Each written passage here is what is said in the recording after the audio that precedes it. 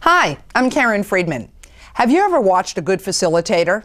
If you have, they probably make it look easy, right? Well, it's not quite as easy as you might think.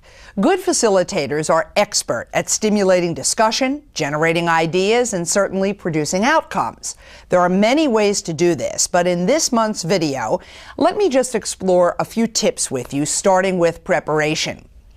Prepare in advance. That means putting yourself in the seats of your listener to understand the outcomes they're after and the types of questions that might spark a discussion. Second, define the purpose of the meeting you're holding at the top. That means saying something like, "The reason we are here today," or "The purpose of the meeting is this, and in the next 45 minutes we'll do that." Or maybe something simple like, "We will begin by." It is imperative that you establish a group consensus so everyone knows what outcome the group is after. You have to be perfectly clear if you want to lead the session effectively. Third, ask questions that prompt discussion. Here are a couple of examples. What would happen if we did this? In your experience, what do you think? Or tell me about, perhaps, so you've suggested. Or what do you think about that? What ideas do you have about this? When you think through some of these questions in advance, think through the possible answers as well, and this will help you prepare follow-up questions in advance.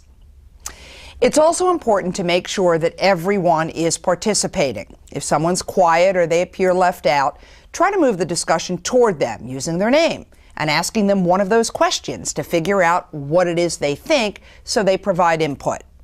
You want to try not to get stuck or bogged down in someone else's issues. It is your role to keep the conversation moving, and you have every right to say, you know, given our time constraints and that we have a lot to cover, let's go back to that. But for right now, we need to move on. Flip charts. You should have flip charts and markers in the room at all times so you or someone else can write down ideas, thoughts, and key words. And finally, just as you stated your goals at the top, make sure to summarize what was accomplished, state the next steps or action steps at the end. That's what will produce results. Until next time, I'm Karen Friedman.